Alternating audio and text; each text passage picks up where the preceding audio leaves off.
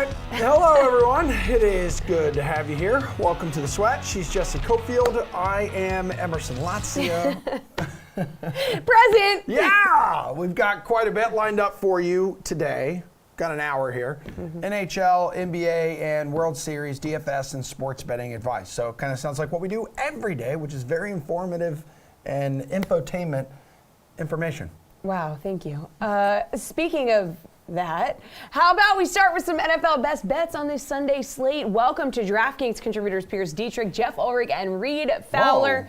Fellas, we're starting with your favorite pick against the spread. Reed, who you going with?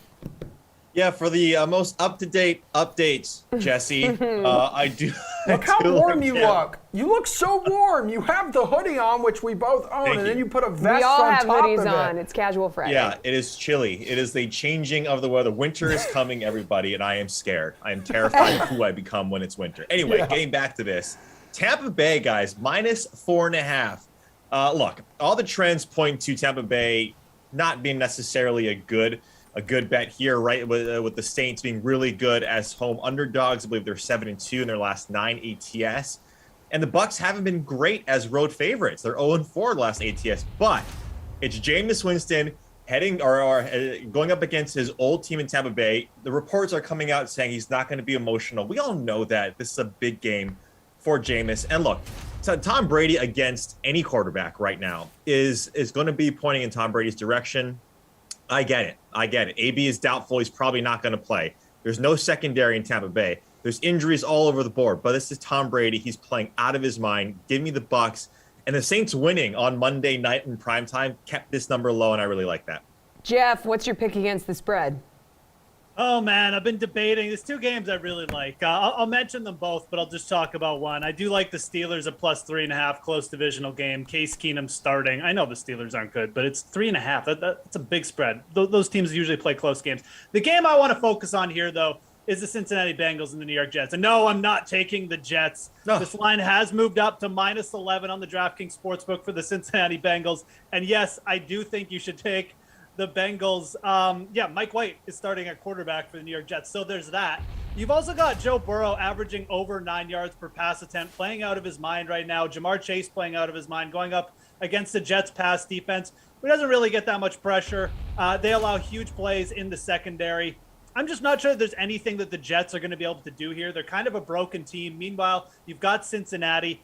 They're starting to believe in themselves. You've got Joe you've got Joe Mixon and Samaje Perine now pounding the ball on the ground here. The Jets give up a ton of touchdowns to the running back position too. I think Cincinnati just pours it on here. I don't think there's anything that the Jets are really going to be able to do on defense. And Cincinnati has played really well at stopping the run here. So look for Cincinnati to come out, chuck the ball. Joe Burrow throwing it more as well, and put some points up here. I don't think this minus 11 is giving the Bengals near enough credit.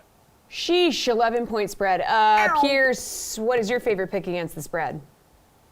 I like the Patriots getting 4 points. I'll say it again. The Chargers are frauds. Look at who they've beaten this season. They haven't really done that. None of the performances stand out to me. And I guess some people are going to expect them to come out of the bye week and be a better team or more consistent team. They have the worst run defense in football. That doesn't get fixed in a bye week. If they've been the worst in football for half of the season, they'll be the worst against the rush for the next half of the season. And they have a really good pass DVOA, but I think that number is inflated basically by their run DVOA funnel. And you look at some of the passing performances, yes, they haven't given up a lot of passing yards, but they've given up quite a few touchdowns. They've given up some pretty efficient, productive performances, and it's just because teams haven't had to pass against the Chargers. So on one hand, I don't think the Chargers are a very good team. The Patriots, though, are going in the absolute different direction here with tons of room for improvement. We know their defense hasn't played well, but we know that Belichick will definitely improve that defense. And what you really just want to see is Mac Jones. Mac Jones is getting better every week with a pretty weak receiver core that also has a lot of room for improvement. And then we saw Damian Harris last week have a big game. I would expect another big game. I think the Patriots probably are a good bet money line this week. Okay, how about favorite game total here? We'll start with Johnny Over. Jeff.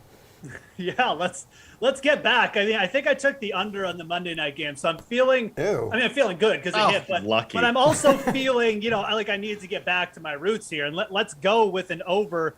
Miami Dolphins, Buffalo Bills. This game total is still under 50, 49.5. Yeah, I love smashing the over in this spot. Buffalo Bills, one of the highest scoring teams in the league, going up against the Miami Dolphins defense. They don't get pressure. They're banged up. They haven't stopped anyone. The Miami Dolphins look like they've thrown in the towel on this season already. And can you really blame them? The team is talking about trading their quarterback. This is also a team that can't run the ball, which is great for hitting overs because they play at a faster pace. So expect the Bills to put up a ton of points early. Expect the Dolphins to go into a fast-paced offense like they've basically done every game the last month. And expect there to be lots of points. I think Buffalo could come close to hitting this on their own with how bad Miami has played on both sides of the ball late. But Tua should be able to move the ball here against the prevent enough. Even if you just look at the trends, Buffalo was one of the best teams at hitting overs last year. They're still 4-3 in that regard this year, but this is not a team you typically want to take the under on. And again, this total's still at under 50, so I really like the Dolphins and the Bills to go over that number. Huge spread in that game, too. 14-point favorites, the Bills are. Pierce, what about you, dude? Favorite total? Bears 49ers. 39.5 is just way too low for a professional football game. I know people are down on the Bears and people are down on the 49ers, but man, 39.5, how can they not go over this? Yeah, there's concern of Justin Fields being a pretty terrible quarterback, but the problem is he's got a terrible offensive line. He's constantly under duress. But if you look at San Francisco, 26th in adjusted sack rate, 26th in pressure rate, 31st in QB hits. So if there's ever a matchup for Fields to have time to find those deep passes and to just get this thing over 39.5, we don't need a great game. We just need him to move the ball some, score a limited amount of points. And then if you read Jeff's article this week at DK Nation, he's big on Eli Mitchell. Eli Mitchell against the best rush defense in football last week went for over 100 yards. Shouldn't have a problem this week. We know the Shanahan San Francisco offense is run heavy. I think people are way too down on a San Francisco team. They're not that far off. They're still running the ball effectively. Again, they don't have to be awesome. Just get 39.5 points. They can do this. Bears have allowed 5.8 yards per carry in the last 2 games. Wow, that's an incredible stat. Reed, how about a total? If you read my article on Sunday Night Showdown, you know that Eli Mitchell, most people don't read, Jeff. Was a captain spot. And look, Jeff should be Ulrich unders. It's just like the alliteration is much better than that.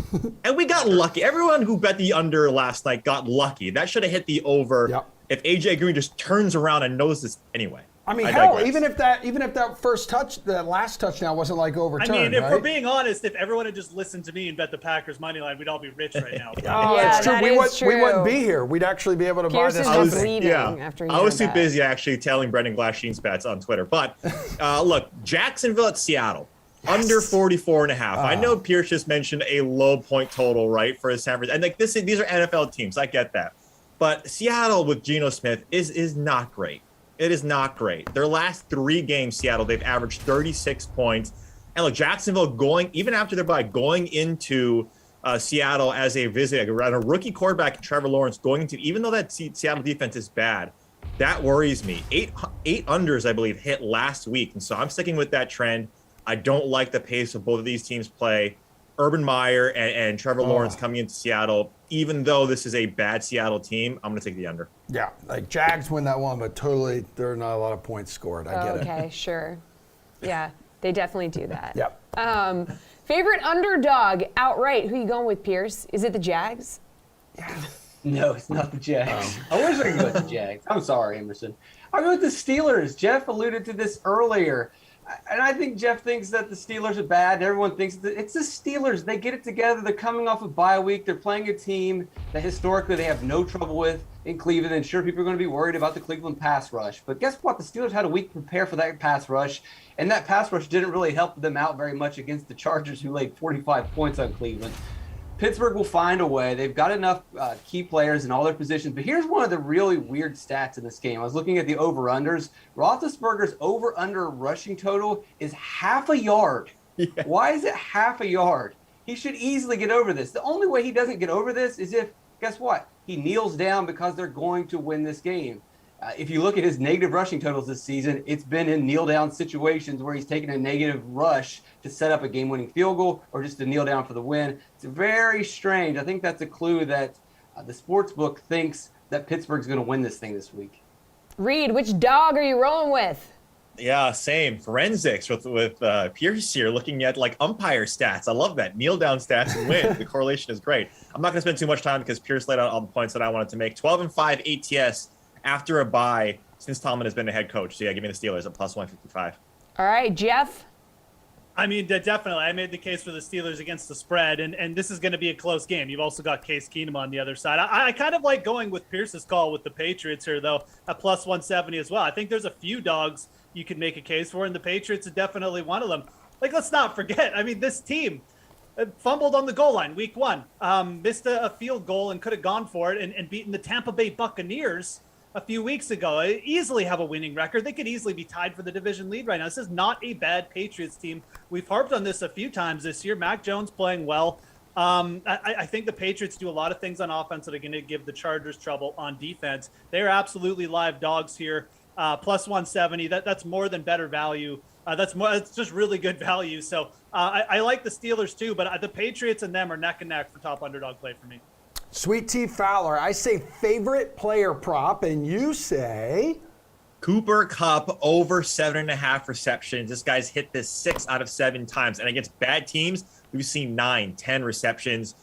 He might do this in the first half, which is what we've seen. I do think this is Darrell Henderson a bounce back game, so he might not get touchdowns for Cooper Kupp, but receptions over 7.5, minus 124. I think that's still a good price. Ulrich. Eli Mitchell over 72.5 rush yards. I mean, he's playing over 65% of the snaps. He's going against the Bears team, doesn't move the ball. San Francisco's going to come in here and run the ball, and Eli Mitchell has proven in Shanahan's offense he can do that. So I really like taking his over prop this week. Hey Pierce, which player prop you like? Najee Harris over 4.5 receptions. It might seem like a kind of a high number, but just a perception error. We don't really know who this guy is yet, but he's going to be a big deal for Pittsburgh. They've had a week to work him in the bye week into the offense. He's their best player. They're going to need him in this matchup.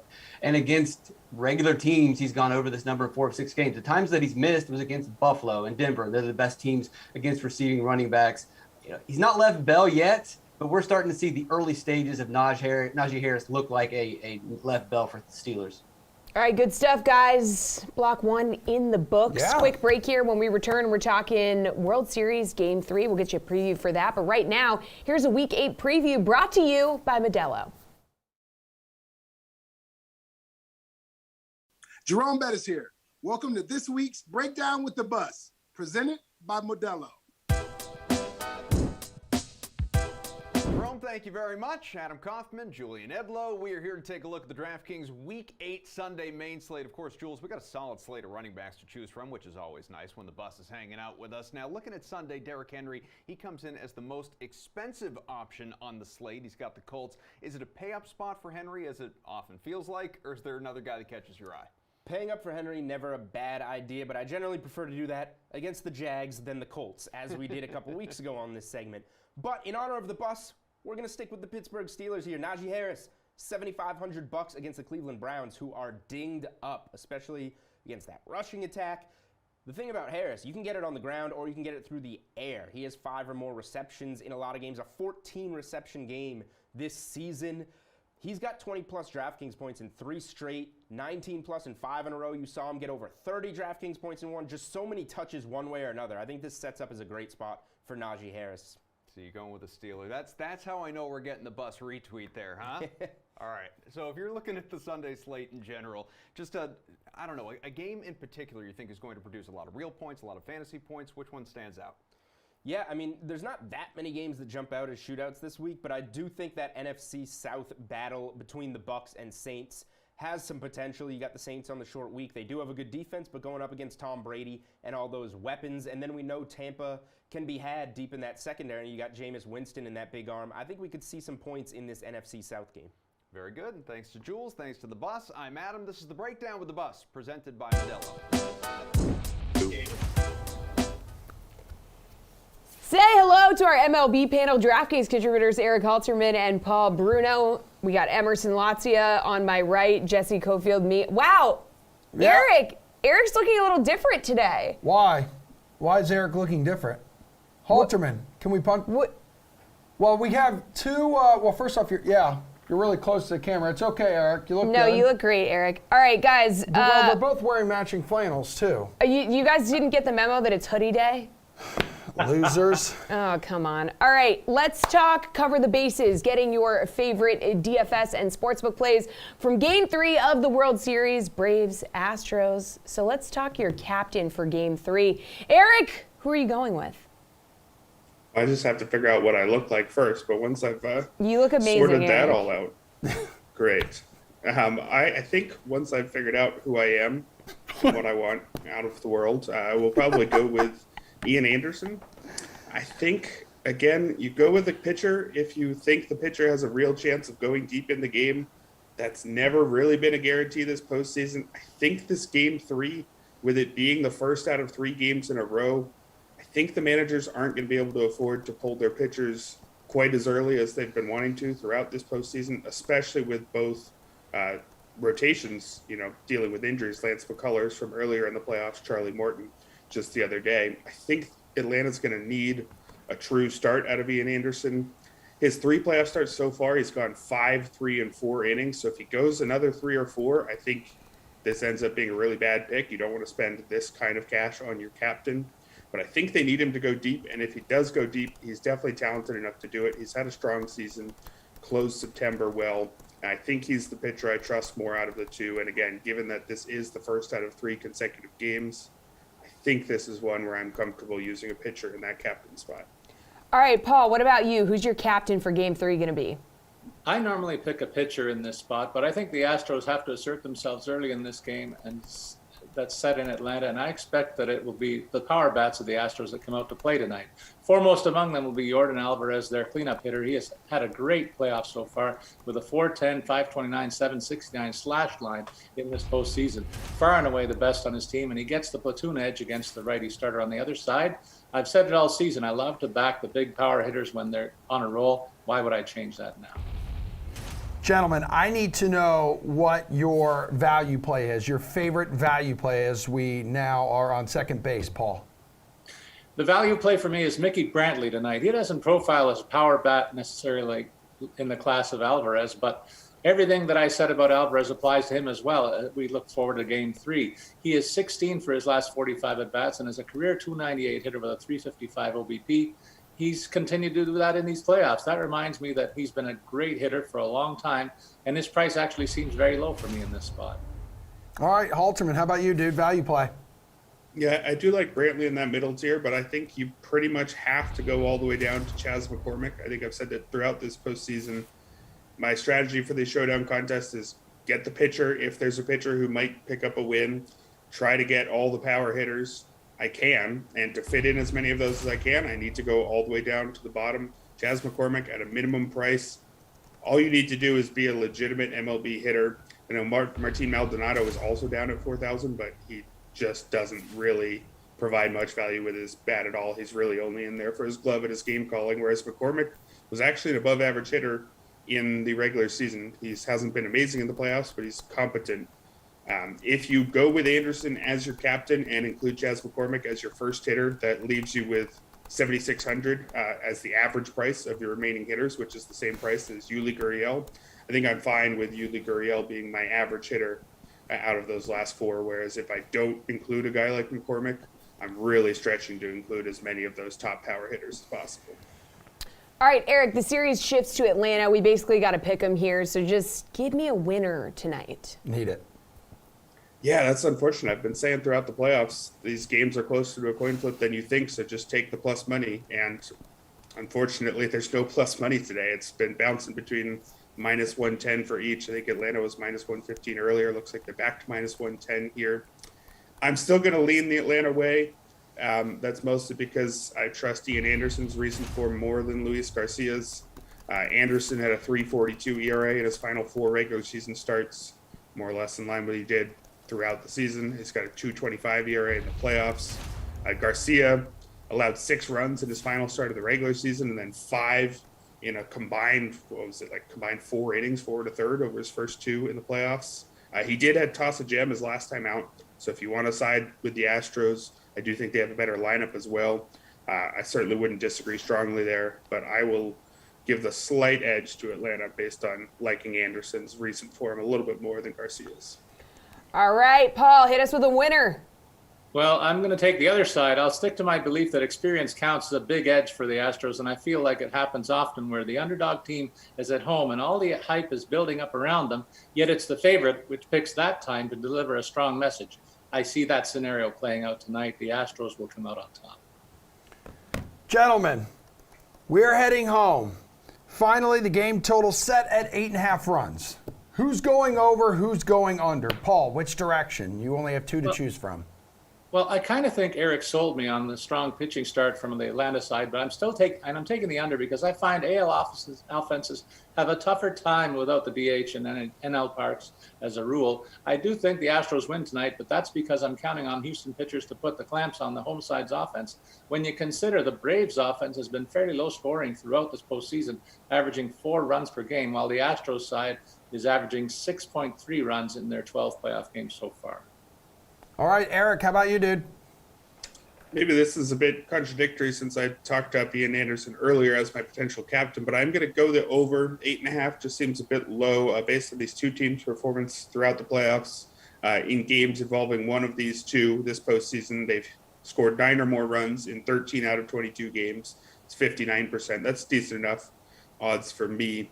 I also think, again, with these game threes being the first game out of 3 consecutive games, which is a rarity for the playoffs, managers won't be able to pull their starters quite as early as they want to.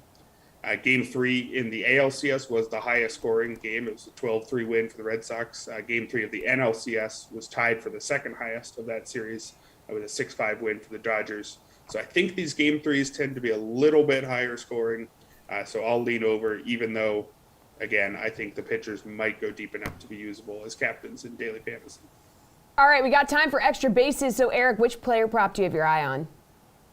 Yeah, I've been enjoying these pitcher to give up a homer and team to lose props. If you like to bet Atlanta and you don't really like the -110, not a great payoff there. You can bet on Luis Garcia giving up a homer and the Astros to lose at +230. Much better odds. That's an implied 30% chance versus about a 52% chance for just straight money line on Atlanta.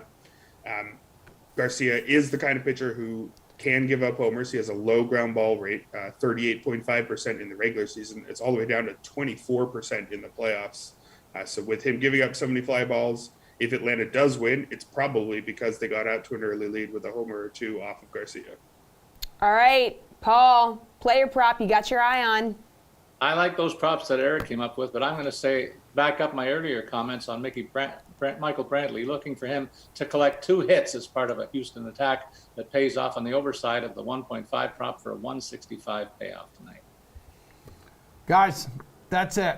Appreciate you hanging out with us. We are going to do some NBA pick and roll coming up next, so talking some DFS on the hardwood. But first, we do have more World Series Game 3 information to share with you, and it's from the dudes on the Under Over podcast. Unreasonable odds. Wait, Unreasonable Odds podcast. We're doing great. Take a look. The series line on this is basically back to where it started with the Astros evening up the series last night. You know, the biggest thing now is, you know, the Braves have lost Charlie Morton, who broke his leg during the game, still pitched, still struck out Jose Altuve with a broken leg, who's actually one of the toughest batters to strike out in all of baseball to begin with.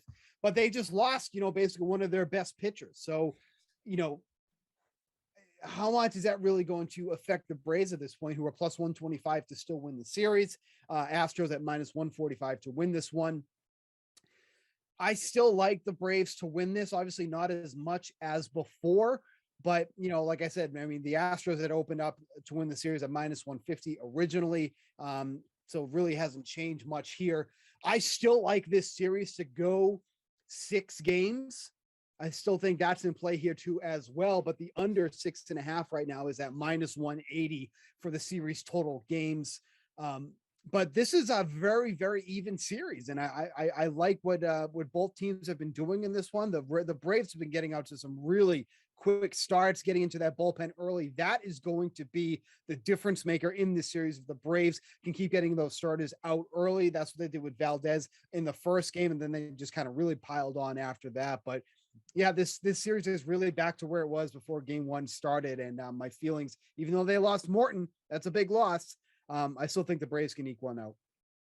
Wow. I was kind of happy the Braves got game one with Morton and thought the Braves had a decent chance in game two. So I was kind of hoping the Braves won game two and then take a look at Astros series line. Yeah. Because Morton was going to make 2 more starts or 1 more start and 2 more bullpen appearances and say that his loss would kind of get things the perfect storm for the Astros to come back again like they did against the Red Sox. So I was hoping for like some plus 250 Astros or something, even though I'm rooting personally for the Braves just because I don't like the Astros very much. But yeah, I got nothing because Houston won that game pretty easily. So basically, this guy is not up in the player prop section right now, but the Houston catcher, Maldonado, right? That's his name. Yes. Dude doesn't hit. I know. All. Right. So I've been taking, not every game, I've forgotten some because I haven't been on baseball, but like over the last 10 games, I have like 7 bets of either him under 1.5 total bases or under 0.5 hits. He has 3 hits in the playoffs. What are the odds on that? It's got to be over minus 200. I've been laying between minus 160 and minus 220. So I won every single bet I had made. I was like 6-0 in the bet. I laid minus 120 for a half unit to not get a hit and minus 220 for under 1.5. Hits, runs, RBI combo type of deal last night on the Wednesday night game 2 of the World Series. And of course, he's 2 for 31 in the playoffs entering the at-bat, rips an RBI single, comes around and scores, does everything. So I lost a minus 160 and a minus 220 on Maldonado props in game 2, but I was perfect, 6-0 or 7-0, just laying heavy juice on his unders before then. He goes 0 for every game. Pull up his game log. It's just zeros. I know. I'm with you. I know. Totally. When I brought his name up, you thought I was going to overs. That's why I was like, what? What are you talking about? Right. So think about it. If it's a guy that doesn't do anything, why would you ever bet his over? Lay the juice on the unders. I'm going to do it again. I'm going to do it for the rest of the series because he doesn't get hits. He burned me the other night. If he burns me twice in a row, I'm going to be pissed. Just quick update on the World Series MVP. Michael Brantley is leading the way right now, plus 550 on him. It's been phenomenal so far on the 2 games, 5 for 9, 2 doubles and RBI, batting 556. Up next is Jose Altuve, who, really hasn't made a lot of noise thus far, but does have that home run, that solo home run he hit back in game 1, I think it was. Only batting 200 though. A little high price on him at 7-1, but again, we're only talking about 2 games right now that we can consider. I'm still under the impression that you're getting a really good number on Austin Riley at 17-1. Obviously, we know the talent that he has can be obviously a real difference maker. Hits in the heart of that Braves lineup too as well. So one big game from him, if he has like a big game 3 or whatnot, that would shift his odds dramatically. But somebody with some really good power, hits in a favorable spot in the lineup, 17-1. Some really good numbers there on Austin Riley if you're looking to maybe do in-series MVP bet.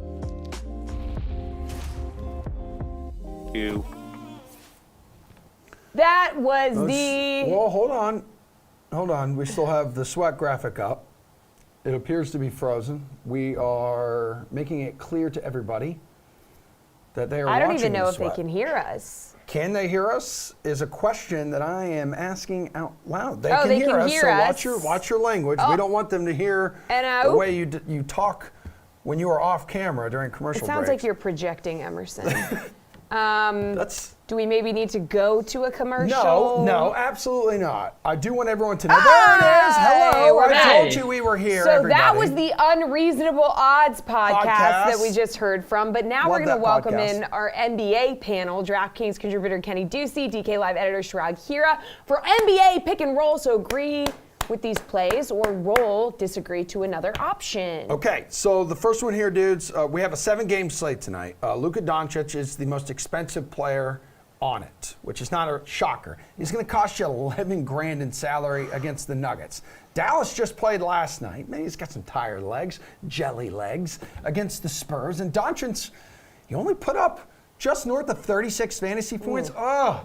So with that said, are you picking him as your favorite high-priced option on the slate, or rolling to someone else, young Kenneth? I am not taking Luka Doncic. When you look at his numbers on the second night of back-to-backs over his career, they're not very good. He's a 33% shooter from three for his career in all games. And then from the field, he's around 46%. And when you look at the way that he's performed in back-to-back scenarios, he's under 45% from the field, 29.2% from three. You see decreases in those assist numbers as well as the rebound numbers. There's a few exciting options here up at the top. I actually think that James Harden at $9,800 is a guy that's going to go completely overlooked because he's been really bad. He's facing a really bad three-point defense, bad defense in general in the Indiana Pacers. I think this is a game where he could finally show up. There's also been, there's the narrative here where everyone's been calling him out. Where is James Harden? But if you don't want to play James Harden, you're not quite that bold. Maybe you could be interested in Russell Westbrook at $9,700 for Chirag's Lakers. Yeah, Chirag, my sweet chinchilla. What do you want to do here? I mean, I really like the fact that Doncic is $11K in this slate. It makes a lot of sense with him leading the slate with the 35% usage rate. Yes, there is a bit of a concern with the fact that they are traveling to Denver. But I like the fact that Nikola Jokic didn't practice on Thursday. There's a chance that he doesn't play in this matchup. This is a national TV game. I'm not worried too much about the rest or tiredness on so early in the season. So I think he does make a lot of sense. And young Kenneth over there stole my slate-approved pick already, but we'll let it ride. Yeah. I like Doncic. I think there's enough values that are in this slate to make sense. And the thing is, in that first half of last night's game, he didn't perform that well, but he found his groove in the second half, allowing the Mavs to come back and pull out that win. I think he carries over that momentum and is able to at least get, anywhere north of 55 fantasy points. All right, let's help the people with some value tonight by taking a look at someone like Patty Mills in Brooklyn. So Mills isn't too far removed from a 21-point performance against the Wizards on Monday. He did follow that up with just 4 points against Miami on Wednesday, but he did play just 31 minutes. So would you pick a guy like Mills at $4,400 in salary tonight against Indiana, or are you rolling to a better value option, Chirag? I think you have to stay in that same game. Bruce Brown has started for the Nets in the last two contests. He's played over 30 minutes in both those games as well. $3,800, why go to Mills and pay up a little bit? I think going with Bruce Brown, who is somewhat of a lock in this game, to play 30 minutes. And at $3,800, that's all you really need. He scored over 20 fantasy points in 2 of his last 3 games as well. And he's just back in the rotation. Steve Nash started the season trying to play around these different combinations, and he kind of realized, hey, I need to get my best guys out there. After losing to the Heat, I think Steve Nash has realized that he needs to not play around anymore, and this is a get-right spot with Malcolm Brogdon already out for the Pacers. Kenny, Patty Mills, $4,400. Do you like him, or do you want to roll to a better value option?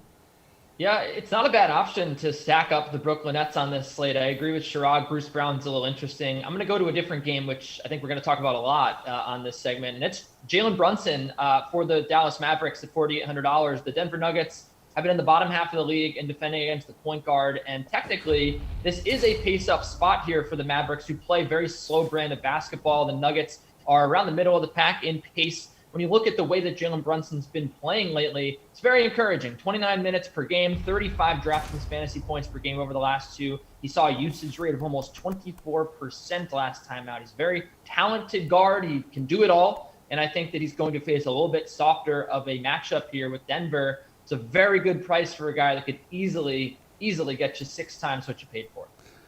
Let's go to the DK Sportsbook. This is a game we have not talked about yet in this segment. We have the Nuggets slight favorites at home against the Mavericks. Dallas, as we mentioned, just played last night, taking down the Spurs 104-299. I believe Joker is questionable in this one as well after suffering a knee injury on Wednesday night. So with the Mavs playing back-to-back here, are you actually going to pick the Nuggets to cover the spread or rolling to another game? Kenny? This is a really tough one to call because the Dallas Mavericks, since the start of last year, are 8-8 against the spreads on the second night of back-to-backs. But the Denver Nuggets are bad against the spread pretty much any way you look since the start of last year. 15-16 coming off a loss. And this is a game as well. We don't know the status of Nikola Jokic. He has that knee contusion. He's questionable. It seemed like an injury that he tried to play through against Portland. He maybe could have against Utah. So it's really unclear what's going to happen. I'm fading both of these teams, if we're being honest, with the spreads. I like the Clippers +3. Going to be a little offensive to Chirag, but I think that this is a very good spot for them. It's going to be an up-tempo game against the Blazers, who lead the way in pace. And when you look at Damian Lillard's struggle shooting the ball, I know that he came back a little bit in that nice win that they had, the bounce-back win for Portland.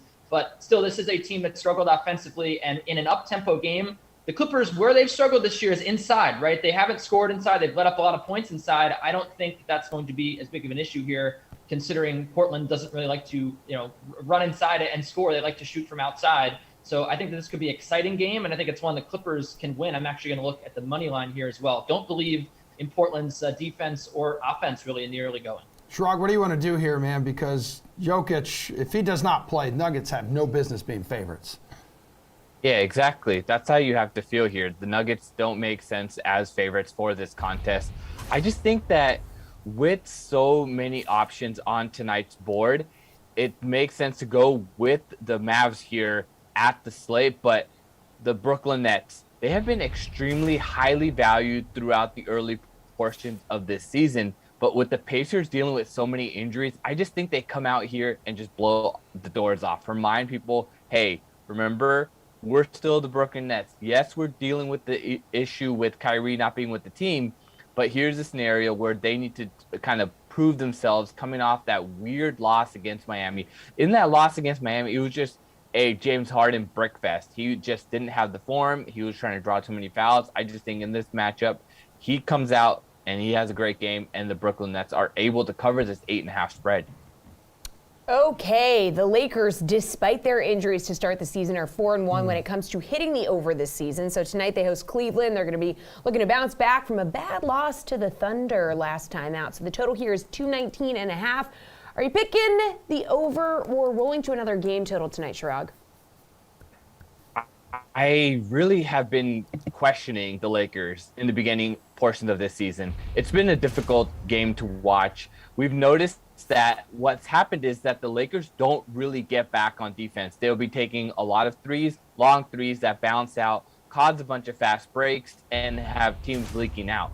But if you look at the Cavs on the other side of the ball, their wins have actually come in slow-paced, grinded-out type of games. So this is a scenario where we have a question with LeBron James. Is he going to come back? He was going through practice yesterday, so there is a chance that he does play. I think against his old team, he does make this matchup work out. But the way that the Lakers have been playing is just up and down. They're just shooting it. I like to go the total in this game and take the over. But also, if you're looking at another game, this Orlando Magic-Toronto Raptors game is really low. Like, yes, both teams struggle on offense, and they're still trying to find their way early on in the season. But at 206, you don't have to do very much to go over this total. So that's another spot that I'm looking at to take the over. Kenny, what are you thinking here?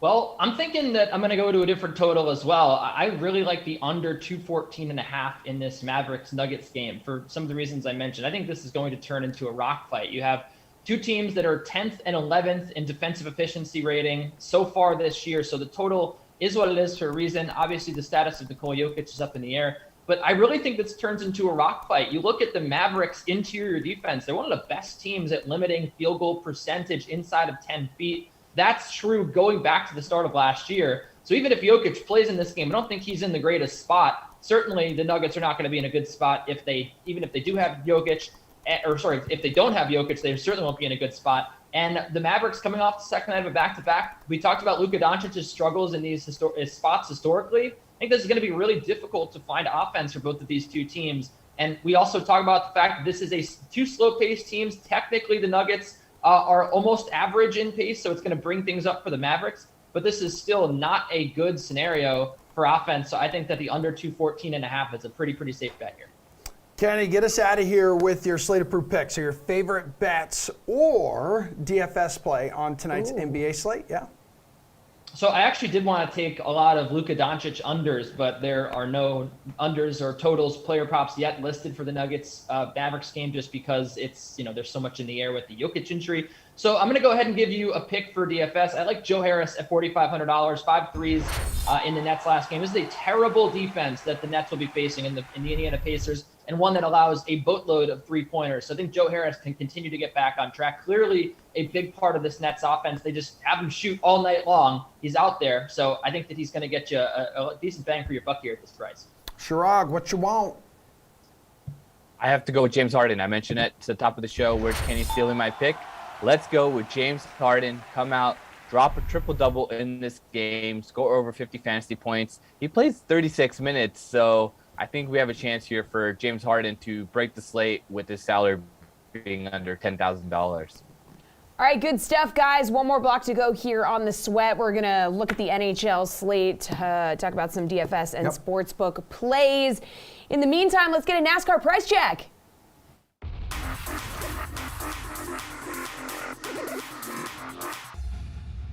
Welcome to the Price Check. I'm Pierce Dietrich. Let's look at the salaries for Martinsville, whose salary jumped up this week. William Byron, $9,500 up to $11,000. The Hendrick cars are always good at Martinsville, but this price might be a little too much. Martin Truex Jr., $10,400 up to $11,400. No one's better at Martinsville. No one's better in the 750 package. Matt DiBenedetto, $6,800 up to $7,700 since joining the Wood Brothers of Stewart, Virginia, just down the road from Martinsville.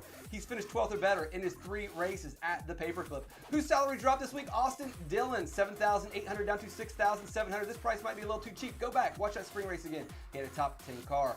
Alex Bowman, $9,800 down to $8,700. This price might be a little too cheap. Go back, watch that spring race again. He had a top 5 car. Ross Chastain, $8,200 down to $7,400. Don't watch the spring race again. He struggled. He got a top 20, but that's because everybody wrecked out. Favorite play of the week, Ryan Blaney, $9,700. An argument can be made that he's the best driver at Martinsville. Had the best car in the spring race, but a penalty late in that race cost him the race. Quinn Howe, $4,700. There's a first time for everything, but his cheap salary allows you to jam in the lap leaders. He can get a top 30, finish 10 laps down, but that's better than a DNF. All right, guys, check out DK Nation for all your DFS information and needs. If you have NASCAR questions, find me on Twitter at Race for the Prize. I'm Pierce Dietrich. Catch me every morning on the Sweat.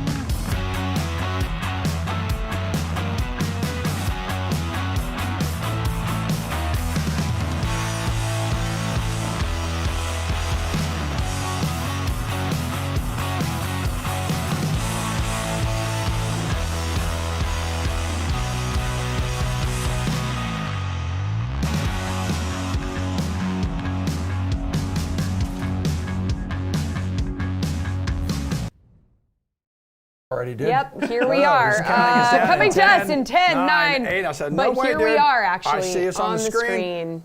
You're We're not. back. You can't mess with us. You can't trick us. No, we're professionals. Bry guy on the ones and twos behind the scenes. A little premature punch there on the button. Anywho, everybody, last block of the show. It's great to have you here. We are going to talk a little bit about Sticky Puck right now. We have our NHL panel this morning, consisting of DraftKings contributor Jeff Ulrich, along with RotoWire's AJ Scholes and Paul Bruno. This is NHL Morning Skate, so I need your favorite DFS and sportsbook plays on tonight's hockey slate. It's pretty simple stuff. Jeff, let's start with your favorite pay-up option in DFS. Who is it?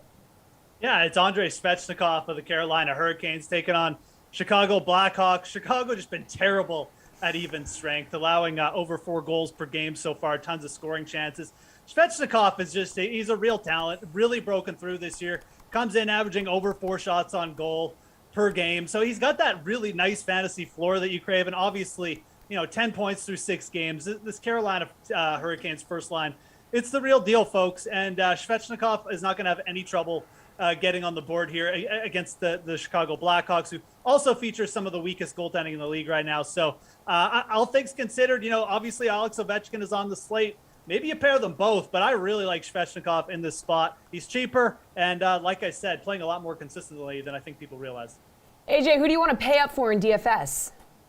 Well, Jeff kind of alluded to it here. I think you don't overthink this and go to the top of the board with Alexander Ovechkin at 8,500. I know it's a huge price tag, but look, if you tuned in yesterday, you listened to all the reasons why the Coyotes are a complete disaster, the terrible penalty kill, the no offense, the leaking goals like a sieve. And they didn't disappoint last night, losing 5-1 to the Lightning. Now you add the fact they're playing the second game of a back-to-back. It's got to be heavy Washington tonight throughout your lineup, and I think you start that with Alex Ovechkin at the top. All right, Paul, who you paying up for? Clearly, AJ has been looking at my notes. There's no thinking about this. The most expensive skater on the board. He's there for a reason. Ovi gets to face the skeleton of an NHL roster, which is the most talent-thin group I've seen in a long time. There's your scary Halloween reference, gang. Maybe Commissioner Gary Bettman should allow both Coyotes goalies, Trezvetsov and Demelka, to play at the same time. That's the only way this one's going to be close. The Caps should be in a bad mood after their loss against Detroit last time out, too. Throw that into the mix, and I say it's points night for Ovi. And the Caps, go big with me and AJ in this spot. AJ, favorite value play in DFS tonight? Well, if you're going to spend up for the Caps or for the Hurricanes tonight, I think you got to try and find guys who are playing out of position. And to me, one guy that fits that bill is Barclay Goodrow, who will cost you just $2,600, but he's set to slide into a first-line role with the Rangers tonight, playing alongside Zibanejad and Kreider. At that price tag, you just hope he picks up an assist, maybe a shot or two. Probably not going to see much on the power play, but I think the price just makes it worth it and really helps you build out the top-heavy lineup tonight. Okay, Paul, how about you, dude? I like the matchup for Nino Niederreiter against the Blackhawks tonight, where he only costs $3,700. I've been waiting on this guy for a breakout year since he broke into the league. He's finally found consistency with the Carolina club, and in 6 games is setting an unprecedented early pace of 3 goals and 17 shots on goal in that short span. If he keeps that up, he's going to be having a great year. He costs only $3,700 against a Chicago squad that has all kinds of bad vibes swirling around it at the moment, while the Canes are on fire. So, to me, a no-brainer here. Gustav Forsling is the least publicized of the top 4 defensemen on the Florida Panthers. It may be hard to keep him a secret if he keeps building on an impressive start to this season. He has 7 points and 16 shots on goal, along with 11 block shots in only 7 games. He's doing it at both ends of the rink alongside bruiser Radko Gudas in one of the better shutdown pairings in the loop, and one of the best-looking teams right now is the Panthers. He only costs $3,700 in a nice matchup against the Detroit Red Wings tonight. Hey, Jeff, 6 games on the slate. Who's your favorite value play? At forward, it's going to be Riley Smith. You got to pay up a little bit more for him, but he's still under $5K. I mean, this is a player averaging 3.5 shots on net. You look at his shot percentage right now; it's about 8% under his career average. It just means some positive things are going to start. Some positive regression is coming in the goal scoring department. Taking on the Anaheim Ducks, John Gibson under 9.90 save percentage in his last 3 starts. So, I mean, this is a good setup. They're still playing big minutes in the top line role with, their big wingers, the Vegas big wingers banged up. Jamie Drysdale is also definitely worth a look on defense on the other side of that game, 4,300. Good usage there, power play minutes. I mean, the matchup maybe isn't that great, but Vegas also hasn't really been that good. They're also banged up, and they haven't been that great on the penalty kill. So Drysdale at 4,300 on the other side of that game, also good value. To the sports book we go. Favorite money line or puck line bet tonight, Paul? I like the Ottawa Senators on the road tonight in Dallas at plus 160. Despite a couple of injuries to their depth forwards and presumptive top goalie Matt Murray, there's still a lot to like here with a very young and skilled top 6 forward group and a defense that has good size and skill as well. I also note that the Stars look to be offensively challenged again this season. They've only scored 13 goals in 7 games. I like the visitors here. Jeff, what do you like? Yeah, I like going to the Carolina Hurricanes just on the puck line again. I mean, Paul alluded to it. The Chicago Blackhawks not exactly a stable franchise right now. The Carolina Hurricanes are pretty much all kinds of stable. They've got a top line here that can't be stopped. They've got a power play that can't be stopped. They're going up against one of the weaker teams defensively. I'll take the plus 125 with the Hurricanes at home, especially. This line just actually feels a little bit too big for where these two teams are headed. AJ, favorite money line or puck line bet tonight? Yeah, Jeff hit the nail on the head. I like the Hurricanes to cover the puck line at plus 125 as well. Blackhawks are still likely going to be without Patrick Kane, in addition to a few other depth guys that are all in the COVID protocols right now. They've shown that their offense is only averaging 2 goals per game this year while conceding 4.29, and that's only surpassed by the Coyotes. Carolina is undefeated to start the year on the back of Freddie Anderson. Thank goodness Paul's Leafs dodged a bullet and dumped him in the offseason. It'd be really tough for Toronto right now if they had some good goaltending. Jeff, favorite what? Go ahead, Paul. Ouch! I said that's all. Yeah, that's about all it needs to be said. Okay, great. Jeff, favorite game total? Hook me up. Oh, is this the under/over part, Emerson? Okay, right. Yep. The Yeah, I know what Arizona you're doing. Coyotes versus the Washington Capitals. I really like the over in this game. We know what Ovechkin and crew are going to do, but the Capitals haven't exactly been defensive stalwarts either. This is a team that's got the 8th worst penalty kill right now. You've got a guy in Jacob Chychrun coming. He's going to get hot eventually and just get a few goals for this team one night. And this does set up as a spot where the Coyotes power play could perhaps get off. So I think all things considered here, again, we know what the Capitals have been doing. We know what Ovechkin's been doing. They could hit this over on their own or get to 6 goals on their own. But I think this is also a spot where the Coyotes offense probably bounces back a bit. The Capitals also look like they might be starting the back of netminders. So all things considered, I really like the over here at 6 goals. Arizona Capitals, I think you'll see a lot of goals in that game. AJ, what game total are you targeting? I'm actually going to look at an under tonight, and it's the Rangers and Blue Jackets at under 5.5. I know that's pretty low, but you looked at their combined goal totals right now, or goals allowed totals right now. It's sitting at just a shade over 5. I would expect we're going to see a much more defensive-minded game here. There's not a lot of offense that's going to come out of Columbus. They've been getting decent net minding, and the Rangers have been a little hit or miss as well. Don't be surprised to see this one close out 2-1, maybe 3-1 if somebody grabs an empty netter at the end. All right, Paul. That game total on the Coyotes and Caps must be a mistake. Is that not for one period, maybe?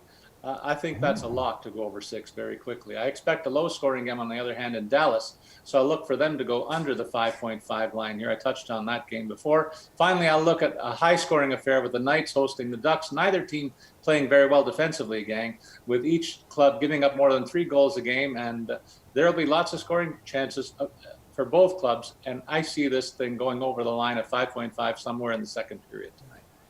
All right, real quick, guys, let's roll through your favorite prop bets. AJ, who you going with? Well, I got to go back to my DFS pick here tonight. You can get Ovechkin over 1.5 points for plus 130.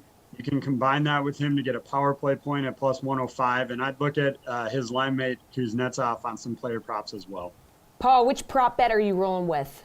I agree with that, Colin Ovi, but I feel like I've got to wipe chalk off me when I say it. In addition, look to the Panthers' visit to the Motor City, where I note that Alexander Barkov is one of the most underrated top players in the league. He is once again playing at a point-per-game pace. Although he hasn't scored a goal in his last 4 starts, I say he takes care of that bit of business tonight against a Detroit team that's giving up almost 33 shots on goal per game, while the Panthers are loading up with 34 of their own. There's going to be lots of offense here, and I think that Florida Campton's going to be part of it with a goal and a payout at plus 130. Jeff, what's your favorite prop bet on the board tonight? Riley Smith to score a goal, plus 190. Again, somehow this Vegas team has not scored a power play goal. They're going up against a below-average penalty kill in the Ducks. Riley Smith's shooting percentage right now, 8% under his career average. That's going to change eventually. He's getting a lot of shots. Riley Smith's plus 190 to score a goal. Really nice value there.